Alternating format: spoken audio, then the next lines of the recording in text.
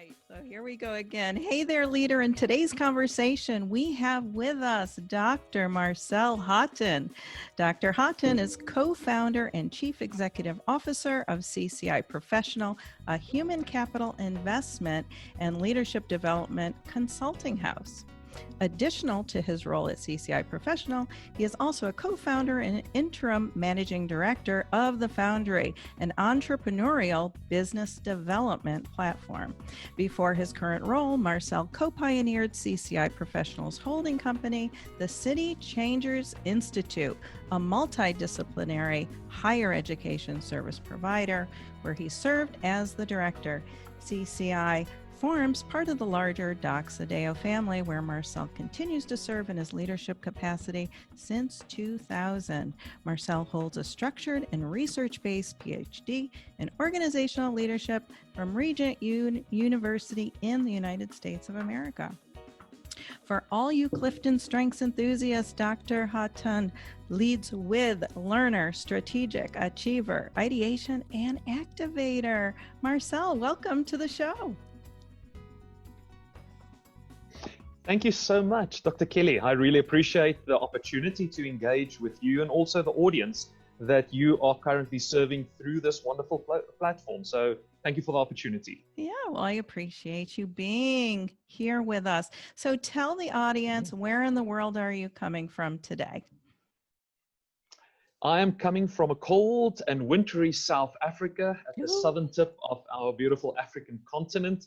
I was born and raised within this part of the world, and though I see myself and my family as global citizens, having studied in the United States, stayed in Scotland, we are currently still based here and, well, in God's way of doing things, serving broader community every day. Yes. Well, that's awesome. So, it's amazing because the older I get and the more, my network expands, the globe just gets smaller and smaller, right? That's so true. So true. I mean, imagine even just a few years ago, would we be having these conversations, when we think back over time and, how technology has really been able to connect us around the globe. Yes. I read an article just earlier in the week. If the whole COVID pandemic hit only 5 years ago, how absolutely useless many of us would have been to work from our houses or wherever it might be. So technology is advancing so rapidly and giving us this opportunity to have a chat in the middle of the day between Africa and the United States. Yes, which is amazing. I love that. Love, love, love that. Oh. Well, today we are going to talk about sustainable organizations and the importance of that on organizational health. And it seems, in my experience, that the word sustainable or sustainability can be misunderstood. So I'd love to start out just by maybe having you unpack, what does that mean? At this point in time, I would go back about 10 weeks ago. I have a number of clients throughout the world, and I'm connected with about 2,500 CEOs, founders, presidents, whatever the title might be, people running their organizations. And many of these clients started screaming out, say, Marcel, what's going to happen if I lose half of my C-suite in the next month due to COVID or a pandemic like this? Unfortunately, the hysteria is a little bit over. Unfortunately, we've got great life loss across the globe, but yes, it is about double the impact of most probably a very bad flu season. So no, we're not losing all of our leaders. But this took us back to the drawing board also to ask the question, does a global phenomena like COVID, but COVID's actually small compared to the impact of something like the fourth industrial revolution or other metaphors we're using like the VUCA metaphor or moonshot projects, global recessions, global political instabilities. I mean, we can go through the whole list, but is there a change in our mindsets of what we see this question sustainability means? And yes, we are seeing changes in the trends, but also at the same time, we're seeing leaders digging in their heels stronger than ever before concerning some of the things which we hold dear and we hold as truths within the organizational space. And I want to broaden that. We're not only talking full profit or non-profit, but we're talking things like education, basic, higher education. We're talking the arena of sports and arts and culture, religious organizations. This covers the broad spectrum. So to perhaps respond more directly to your question of what sustainability means. Sustainability, from my point of view, is when we build an organization that, first of all, fulfill the reason why it exists. I love the why question. Simon Sinek popularized this notion quite famously in the last decade or so. And even for a full-profit company, I usually advise our clients, it's not about the money. Your money is not the actual bottom line, though we treat it that way. The money is an enabler. There's a reason in most cases why you started the organization, whether it's a single bottom line or a triple bottom line or whatever you want to do about that. But sustainability is all about building the organization from a capital point of view, from a financial point of view, from a partnership point of view, from many different angles in order to fulfill that specific why question. My contribution to that whole thing is the leadership front. How do we enable leadership to do it sustainably through models like succession, promotion, growth, development, and there's many different angles on that. But if you take an organizational life cycle, which is about 15 to 20 years, if we generational age, the question would be, how do you ensure, if you are the founder, that 20 years down the line, your next generation of leaders that was not on site most probably when you started the organization, that they can continue to do this? Because we know, especially within the nonprofit arena, there's very much statistics and family-owned businesses that only about 3% of organizations actually last into generation number 4, which means post 60 years if you take the average. So 3% of organizations survive that. The full profit area, a little bit larger, but still it's a minute area or quantity that actually survive. And we can look at the Fortune 500, we can look at the blue chip companies. There are so many of them, because the sustainable engines, and especially from my point of view, the leadership side, is not effective when we talk about transitions. So I hope that's at least a response, because obviously we can unpack that definition in so much more detail.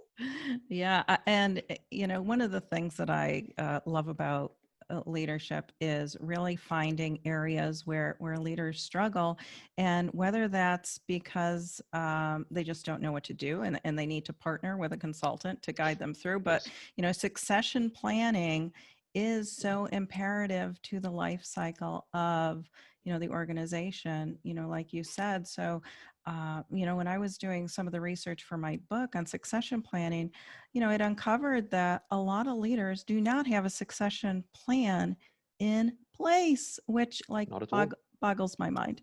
What has your experience been with that?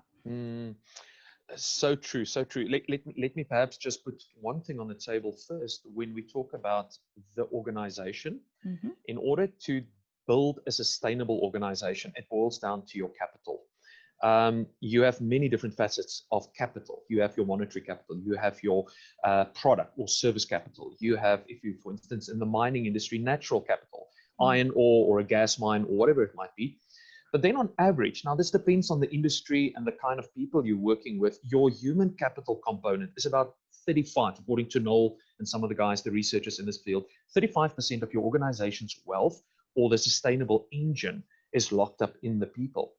And yet when we start talking about then the whole thing about succession, which is obviously encapsulated in your human capital strategy, it's either lacking completely, or we get to a place where we call it succession by appointment.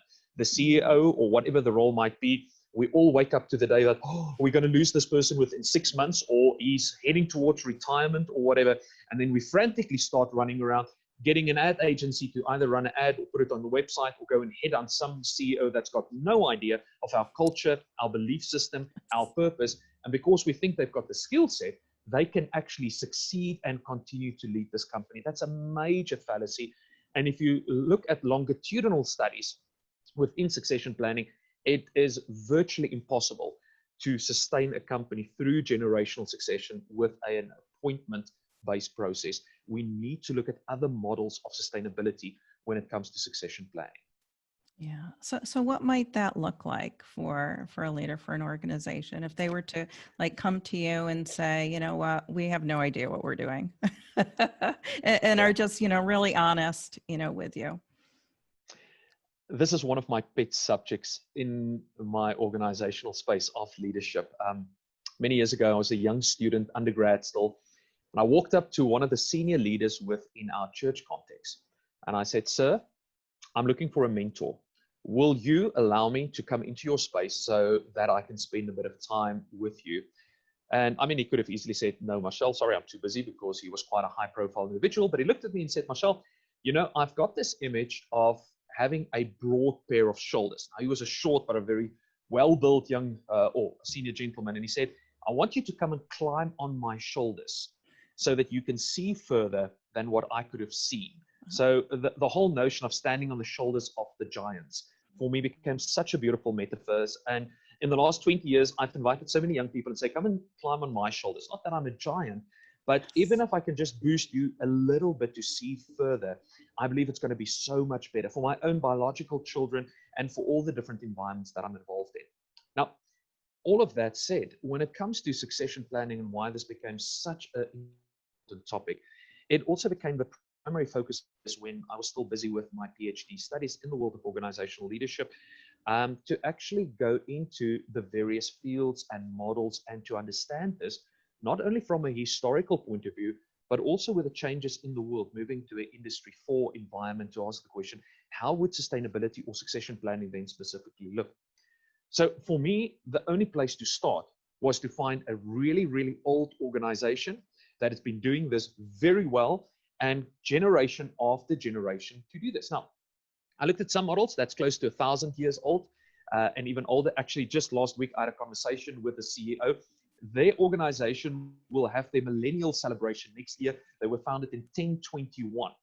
I That's mean, amazing. if you talk about the richness, it's a UK-based organization. They've got some titles and lordships and everything, but they're all across the globe. But I then decided, okay, but hang on a minute. Let me, rather than just study the organization, let me go into a little bit sociology and anthropology. And I had a look at some of the most ancient civilizations who are still with us today. And one of the fascinating groups, I happened to be able to visit Israel 5 years ago. I spoke at a conference also in Jerusalem. And I decided, but why not consider the ancient Israelites, the Jewish people, that's been around, most probably defined as a people for about 3,500 years. Let me go and try and define a critical breakdown stage in their history, and then look at the different elements of how did they able to survive that. Obviously, within the Jewish history, you can look at the historical point of the Babylonian exile that they went into between 600, 500, depending on how you read the different ancient texts, BC. But I think one of the greatest breakdown points, obviously in more modern day time, was about 70 AD with the destruction of Jerusalem, and the famous Jewish diaspora started, and they were scattered across the globe for close to 2,000 years. Yet, within every nation of the world, you find Jewish people. Now, I've got no Jewish heritage or whatever. I just found it fascinating of how people could keep the Jewish heritage. And this is one thing, coming from South Africa, which is arguably most probably the culturally most diverse nation in the world, with all our different races that's inherently part of this nation. You find Jewish people who are pitch black and you find them milk white, but they're all Jewish. So it's got no race thing. It's a culture thing. It's a very deep entrenched thing. And father to son, mother to daughter, they keep on raising up the next generation.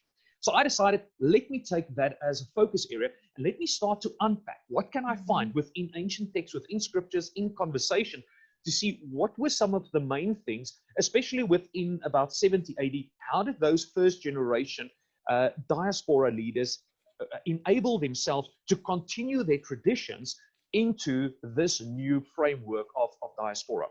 And Kelly, quite honestly, I was fascinated to find out that there's actually 6 drivers around how most Jewish people, either consciously or subconsciously, do it. But the more I speak to Jewish people, when I meet them and really draw into it, the more we unearth this is the way they've done it. So I'm quickly going to unpack that perhaps for a moment, and then I'll bring it back to modern day organizations, because we're not here for a cultural conversation. But what we found in Jewish families, there's basically 3 drivers which they teach their children. So we talk about succession. I like to talk about raising sons and daughters of the house. Whether you are, let me list any company in the automotive industry, Mercedes-Benz or BMW, whether you're in the iron steel, the metal steel group, or whether it's Tesla, or we're talking Apple, or you can go for any company. How do they raise that in-house sons and daughters in the next season? So there's three things they teach their children.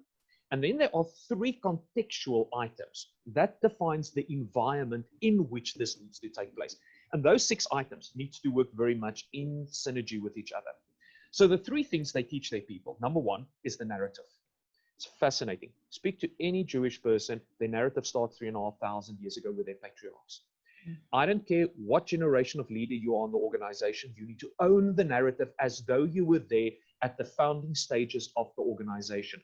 For the first generation and the executive leader to own and to transfer the narrative and people completely embody it is a critical step. The story, the narratives, the likes, the dislikes, our failures, our victories, all of those things, we must continue to teach the story. So That's the first thing that we learn from the Jewish people.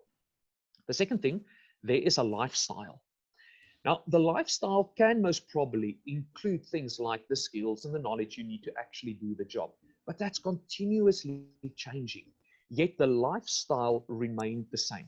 This goes much deeper. It's my behavior. There's a neurological framing, how we teach our children, how we think. I mean, most Jewish people are quite profound business people because they train that lifestyle and that mindset into their young generation.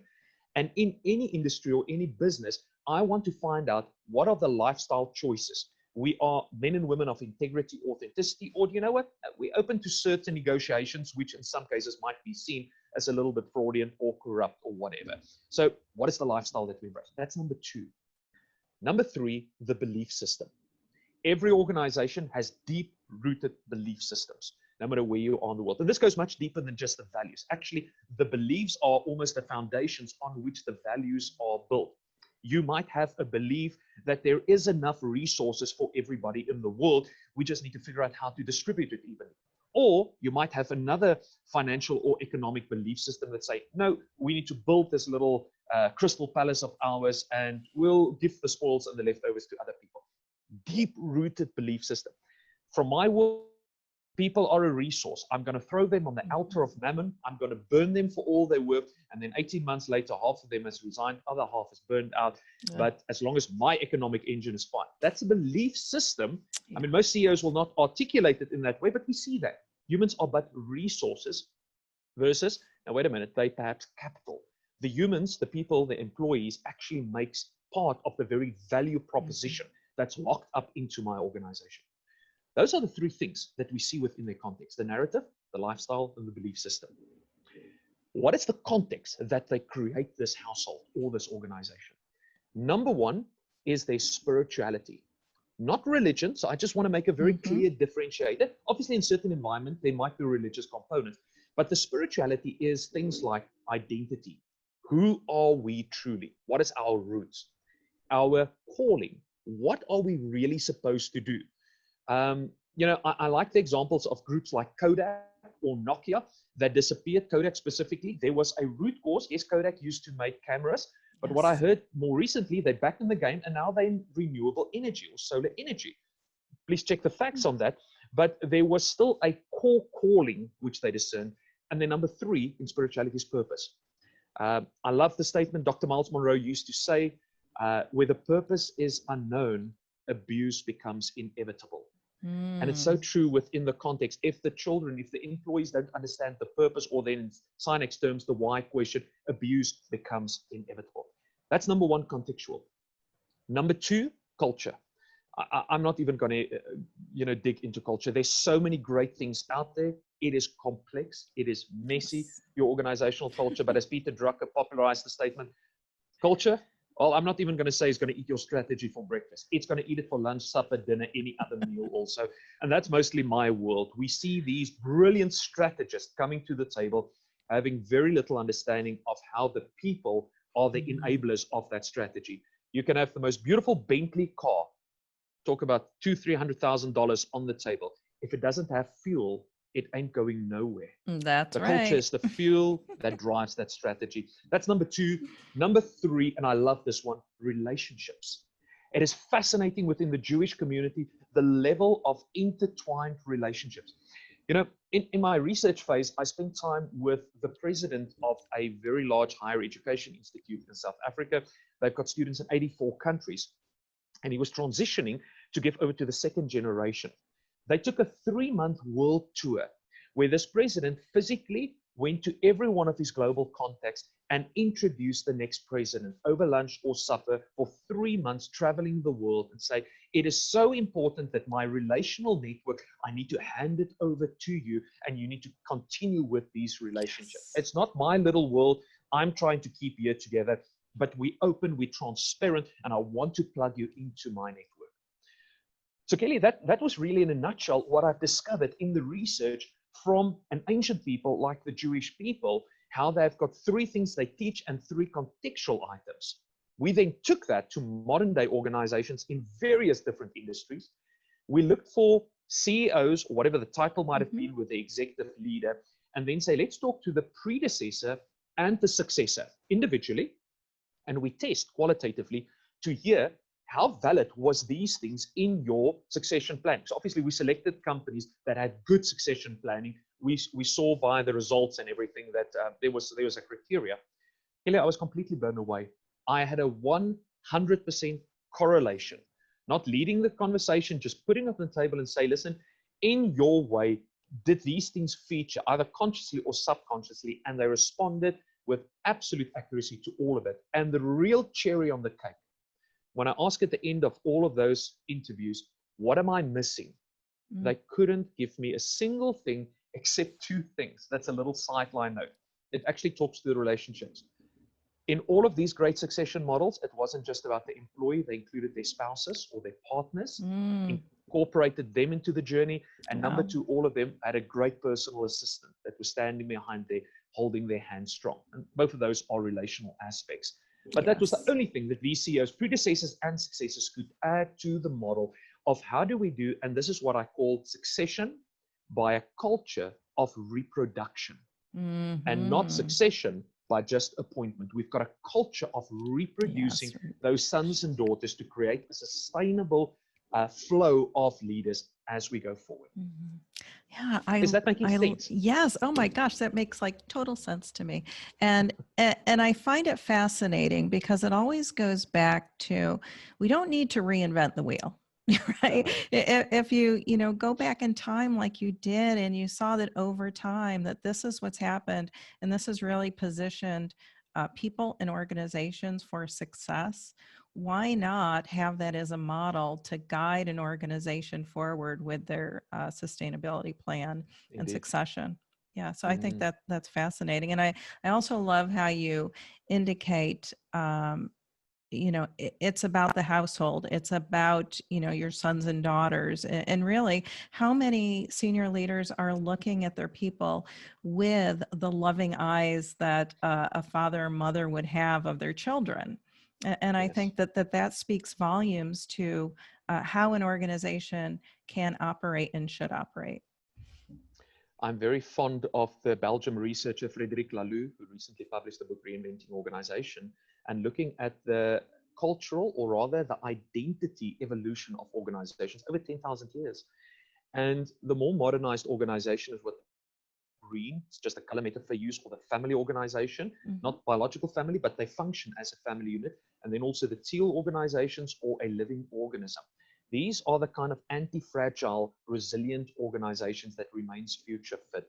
And all of the components that the researchers found, it talks to those models in such a strong way compared to your traditional hierarchical silo thinking mentality. I'm just here to do a job. And those organizations, especially in a revolution like Industry 4 that we are full-blown now entering into, I mean, COVID is but just a little turbo engine to push us quicker through this thing. We unfortunately going to see a lot of the old historical models bleed out into this new world. And we need to start asking the questions of how do we remain sustainable as leaders, progressing into this new reality, or the future of work, as we also call it. Yeah, and the future of work, keeping that in the forefront of our minds is so crucial for leaders and the visions that they have for their organizations. So, and when I think about the model that you unpacked, it doesn't matter where you are around the globe. It seems like these would resonate with leaders and with organizations in that roadmap of okay, if we're looking to be sustainable, if we're looking at our succession, what is going to make that great and bring us into that future fit? Yes.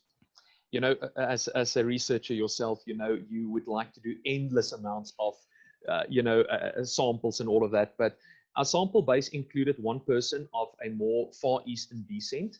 And I would have loved to get more data perhaps from your Oriental countries, but it was a very, very good representation of everything in Africa, Europe, and the Americas. So exactly what you're saying. Awesome.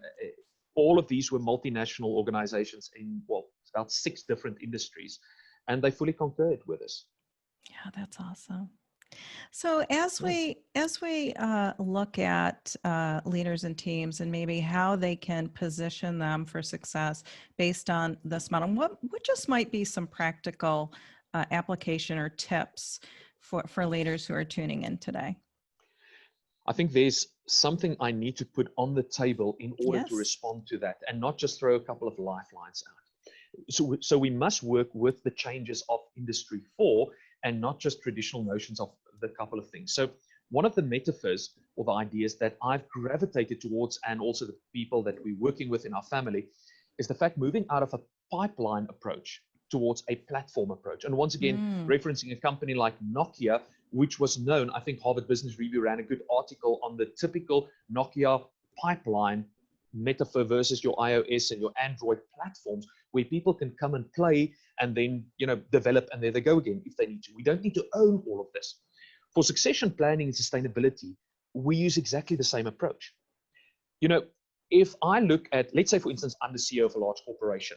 Now I go to my mid-management or whatever, and I want to identify, say, 3 or 4 people, 5 people. I want to say, I want to load you into this pipeline.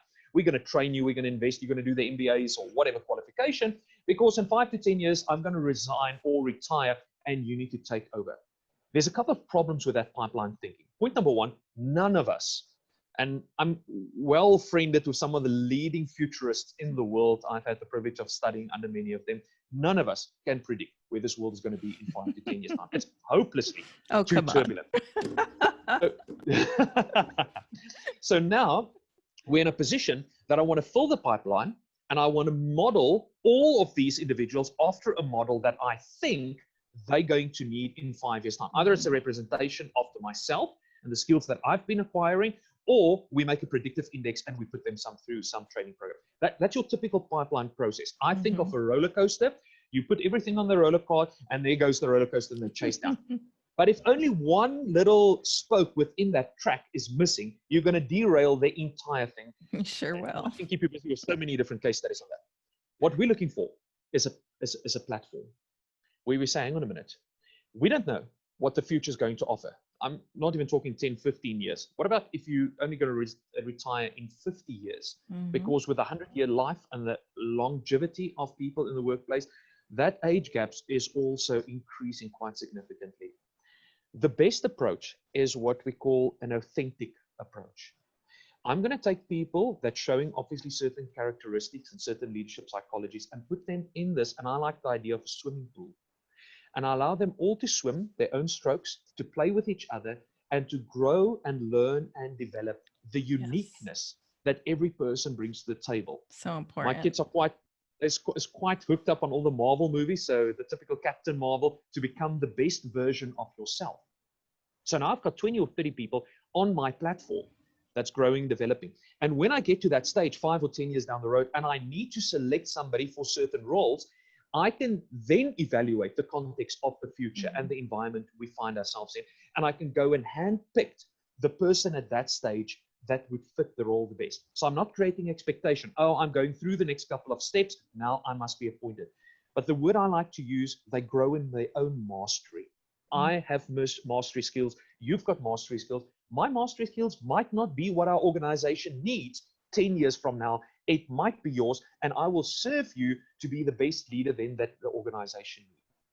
What's the rules of the game? Quite simple. The 6 areas that we just spoke about. For that pool, and we've done it with many companies, that we build these water pools right through the company. We've got an executive pool, we've got a succession pool, we've got a mid-management, lower, even right to a scholarship or a bursary level of people who's not even joined our company yet, but we invest in their lives. What do we do with them? We teach them in our narrative. We demonstrate we share with them the context of our belief system. We bring them into our environment to share our spirituality and identity. We introduce them to our relationships and they get exposure to our culture. That's the rule of the swimming pool, and we allow every person to naturally grow and develop in that space. It's longitudinal, it's sustainable, but I don't have to go and headhunt in the market.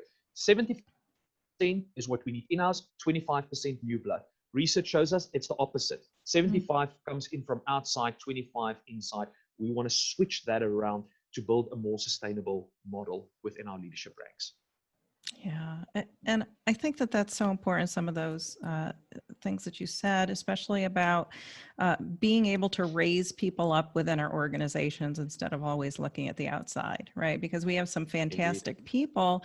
If we just are able to allow them, like you said, to show up as their best selves, for them to play in that pool and for them to, show and demonstrate their leadership in a way that could be unique to them and could be part of that future fit depending on, where the organization is heading. Yeah. So true. Yes. I've seen this in stable, well-constructed organizations. I do more and more work also in the line of M&As when we have mergers and acquisitions of organizations. And then obviously it's a new culture, it's a new narrative, it's new everything. And that's actually the place they say, no, we'll talk about succession planning somewhere in the future. Say, gentlemen, ladies, please pause.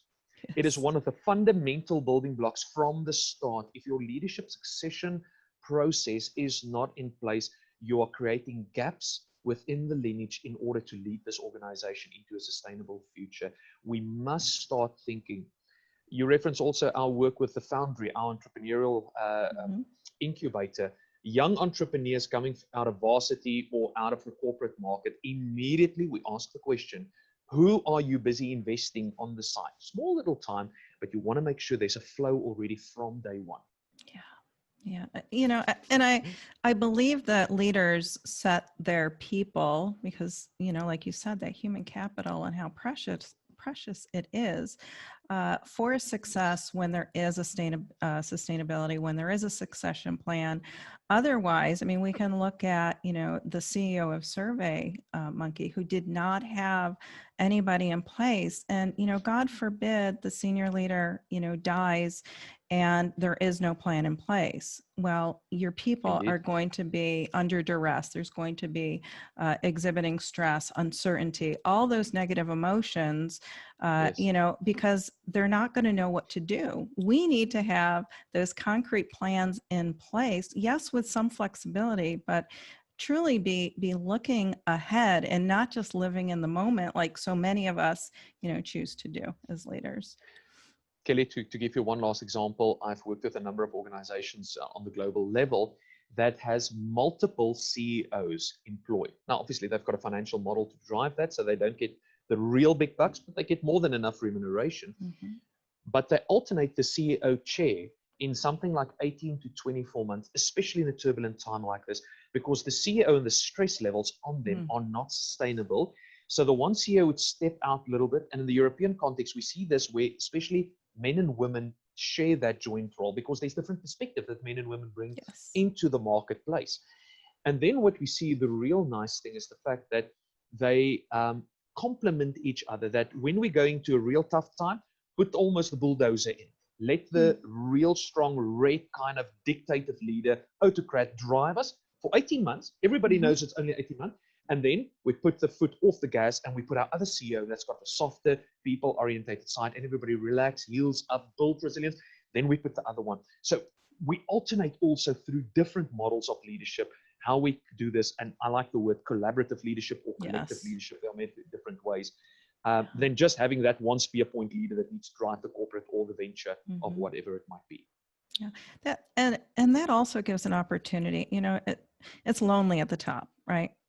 Senior leadership is a lonely place and can be a very lonely place for leaders. And so it does give you an opportunity to have that other person who, you don't go down and talk about your stuff, that you're going through at work, but to have somebody in that same role as you that can identify with the struggles that you're having, or the celebrations that you're having, Yeah. and so I love that idea of having that collaboration at the top, and really how that can drive success as well as that Yeah. sustainability factor.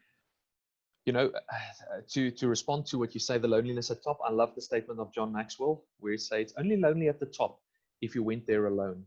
But if you Yes. took people on the journey with you, so I would give what to have an opportunity to engage with world leaders in the business world like Elon Musk, Yes. or Richard Branson or Bill Gates, and ask, gentlemen, we see you obviously as the charismatic leaders. You do the TED Mhm. talks, you do the popular press talks, and all of this. But are you really there alone?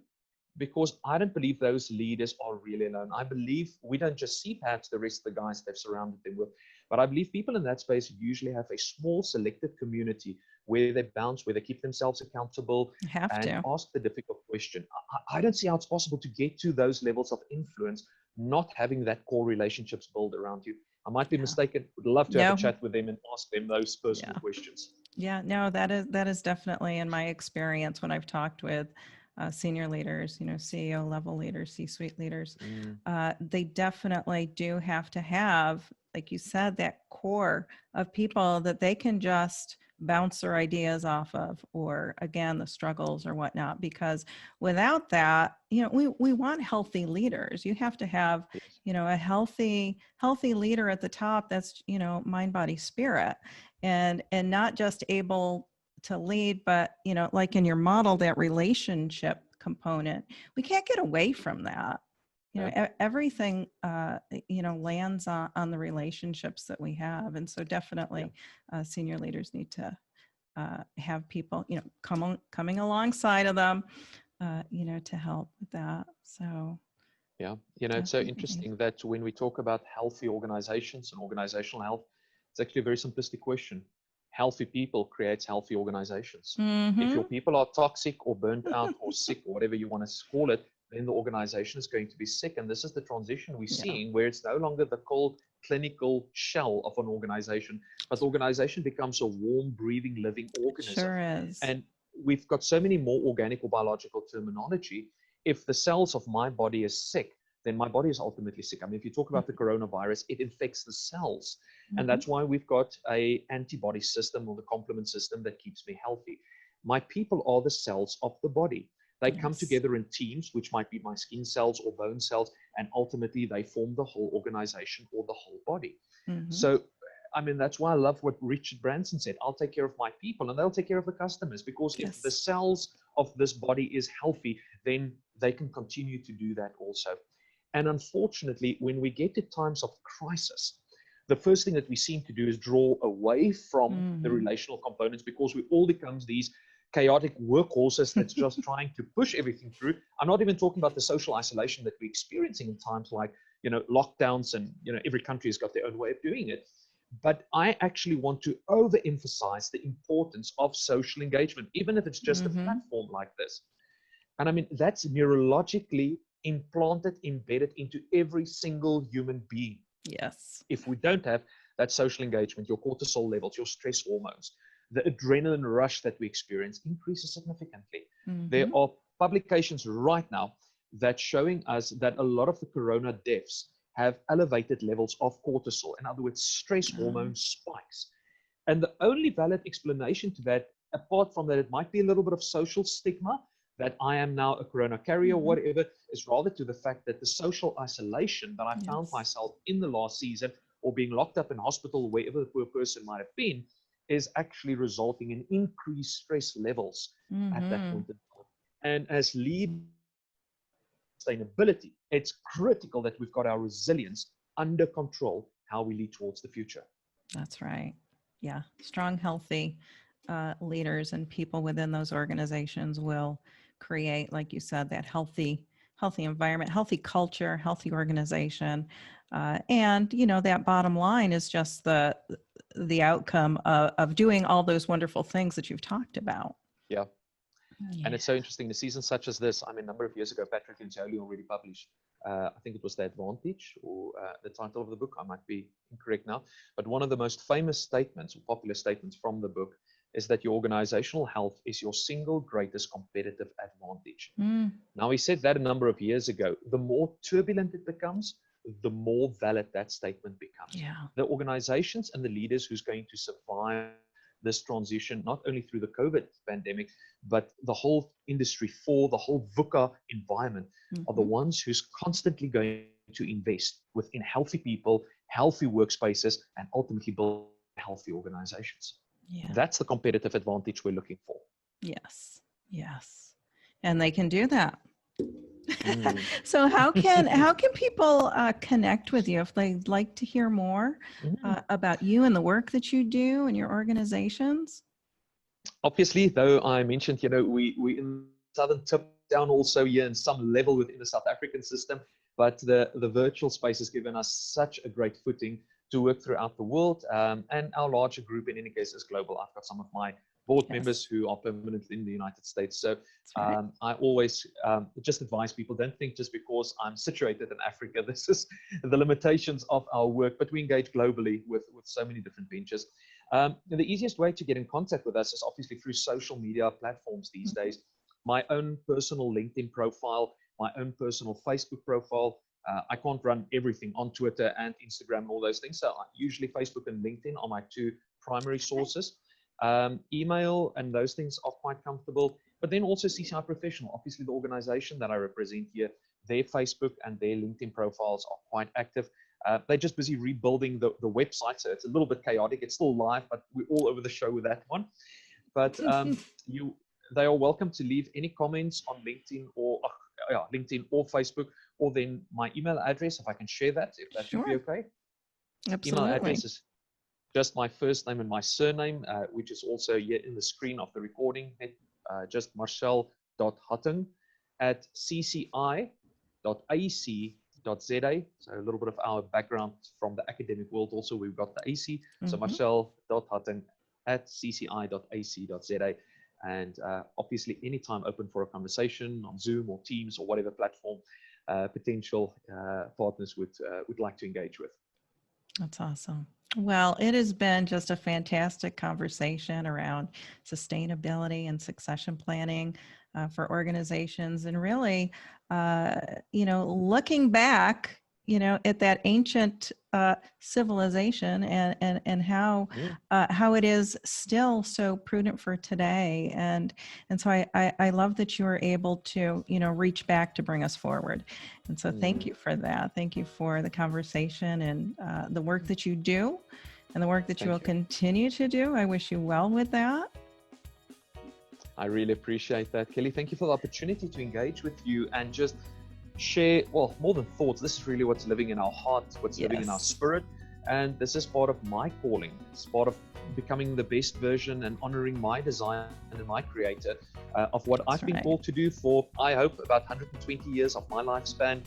There's many of that still left over in the future. So looking forward to this next season of Industry 4, 5, 6. I don't know how many industries I'll live through. That it seems they're getting closer together, but this is the passion and the joy of my life, and also the team that's serving alongside me. So thank you so much for the opportunity. You are welcome, and that certainly shines through. So until next time, we'll see you soon. Thank you very much, and have a great day also. You too. Bye-bye. Bye-bye.